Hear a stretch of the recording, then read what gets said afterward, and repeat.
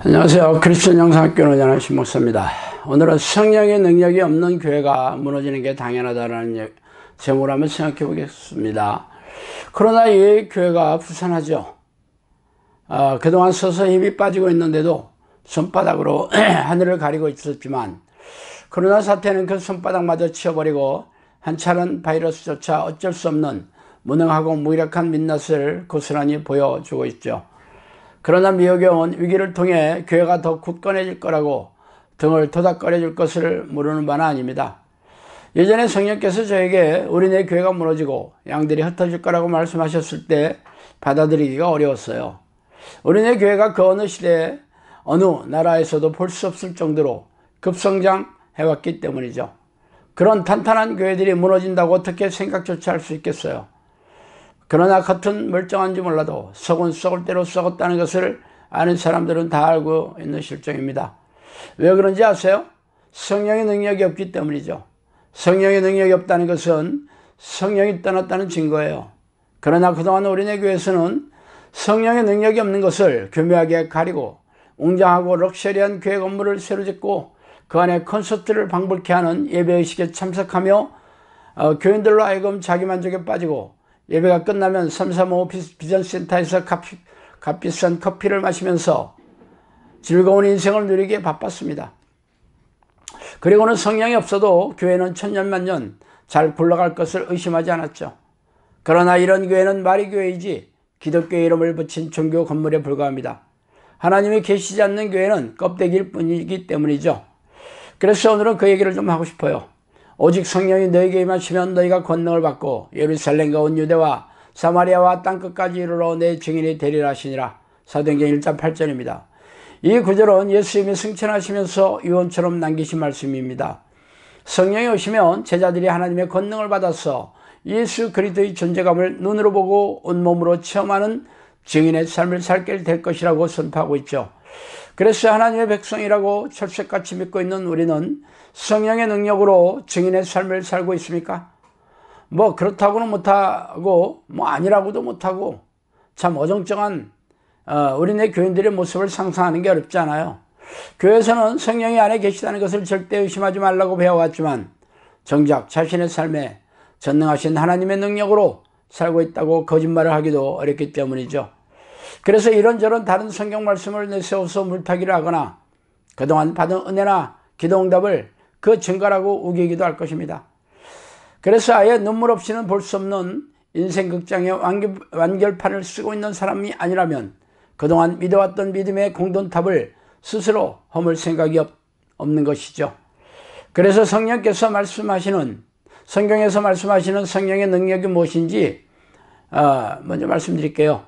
주께서 허락하시면 내가 너희에게 속히 나아가서 교만한 자들의 말이 아니라 오직 그 능력을 알아보겠으니 하나님의 나라는 말에 있지 아니하고 오직 능력에 있음이라.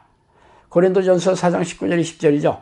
믿는 자들에게는 이러한 표적이 따르리니 곧 그들이 내 이름으로 귀신을 쫓아내며 쇠방언을 말하며 뱀을 집어올리며 무슨 독을 마실지라도 해를 받지 아니하며 병든 사람에게 손을 얹은즉 나으리라 하시니라.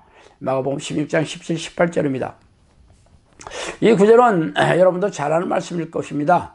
사도 바울은 당대에 뛰어난 가말리엘 문화에서 이 율법과 성경과 신앙을 배웠어요. 그러나 그의 사역은 해박한 성경 지식이나 경건한 신앙생활을 내세우지 않았어요. 그는 표적과 이적과 기적으로 드러나는 성령의 능력으로 사역을 해왔다는 건 여러분도 잘 알고 계실 거예요. 그래서 그는 성경 말씀을 자의적으로 교묘하게 해석하여 아전인수식으로 가르치는 자들에게 성경 논쟁을 하여 이기는 것이 아니라 성령의 능력의 유무를 통해 하나님의 종인지 아닌지를 분별하겠다고 일침을 가하고 있습니다. 그러나 우리네 교회에서는 성경이 완성된 이 시대에는 그런 성령의 능력 따위는 필요 없다고 잘라 말하고 있으니 기가 막힌 일이죠. 또한 예수님은 믿는 자의 표적으로 귀신을 쫓아내며 정신질환과 고질병을 치유하는 능력을 콕 집어서 말씀하셨어요. 그러나 이 역시 우리네 교회는 관념적이고 사변적인 교단 교리를 앞세워서 영적기도로 하고 교회에 나온 교인들은 죄다 천국에 들어가는 믿음이 있다고 선포하고 있습니다. 그래서 이참에 성령께서 저에게 하신 말씀을 제가 말씀드릴게요. 고센 땅에 기적이 일어났듯이 내 믿음으로 세방언을 말하며 귀신을 쫓아내며 뱀을 집어올리며 무슨 독을 마실지라도 해를 받지 아니하며 병든 자에게 손을 얹은즉 나으니라. 하나님의 나라는 말에 있지 않고 능력에 있으므로 너희를 능력의 종으로 택한 것을 알라. 기적이 일어나는 것도 위험에 처한 자들을 이곳에 데리고 와서 자녀들을 이곳에서 치료를 받는 것을 내가 기쁘게 여기는 것이기 때문이다. 많이 훈련시켰고 아끼는 종의 사역에 항상 인도하겠다. 너희가 하는 사역은 이례적인 사역으로 귀신 축출 사역을 포함해서 귀신들의 활동성을 알리는 사역이다. 성령께서는 제 믿음으로 고센 땅에 일어난 고센 땅을 구별하였던 그런 기적처럼 귀신을 쫓아내고 기도로 고질병을 치유하라고 명령하셨습니다.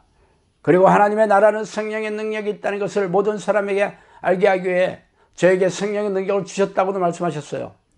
그래서 저희 사역의 기적이 수도 없이 그렇게 일어나게 하신 이유가 바로 하나님께서 이 사역을 기뻐하시기 때문이라고 말씀해 주시기도 하셨습니다.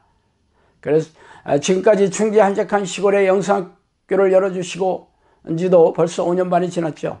그동안 수백 명이 넘는 사람들에게서 성령의 능력으로 기적과 이적이 일어나 귀신이 쫓겨나가고 고질병이 치유되는 역사가 일어났어요.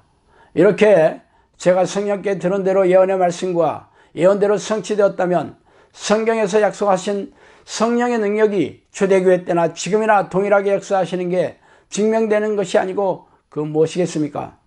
그렇다면 성령의 능력을 부정하는 대다수의 우리네 교회는 성령이 안 계시다는 것을 입증하는 것이 될 것이고, 성령이 안 계시는 교회는 환난이 오면 자멸한다는 것이 당연한 일일 것입니다. 하나님이 계시지 않는 교회는 귀신들만 우구르 가라 하기 때문입니다. 자, 오늘은 여기까지 하겠습니다. 감사합니다.